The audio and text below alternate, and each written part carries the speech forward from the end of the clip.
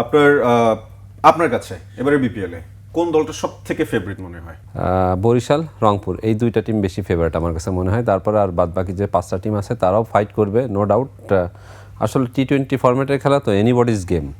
যে যেদিন ভালো খেলবে সে সেদিন আপনি ধরেন মোমেন্টাম ফিরে পাবে আর কি, আমার কাছে যেটা মনে হয়েছে।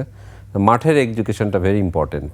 আপনি কাগজে কলমে যতই ভালো টিম করেন না কেন, মাঠের ভিতরে যদি পারফর্ম না করতে পারেন তাহলে কিন্তু শিরোপা আসলে তার ঘরে যায় না।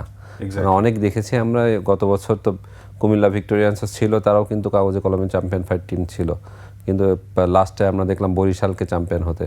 ইভেন রংপুর রাইডার্সও লাস্টে অনেক ভালো টিম ছিল। সব রংপুরের চান্স আছে, যেহেতু রিসেন্টলি তারা গ্লোবাল টি-20 ফরম্যাটে চ্যাম্পিয়ন হয়ে এসেছে ওয়েস্ট ইন্ডিজে গিয়ে। সো আমার কাছে যেটা মনে হচ্ছে যে না, রংপুরের একটা চান্স আছে, সাথে বরিশালের। বাট অন্য যে টিমগুলো আছে লাইক সিলেট, ঢাকা, তারপরে খুলনা, রাজশাহী, সবাই মোটামুটি কম বেশি ভালো টিম করেছে।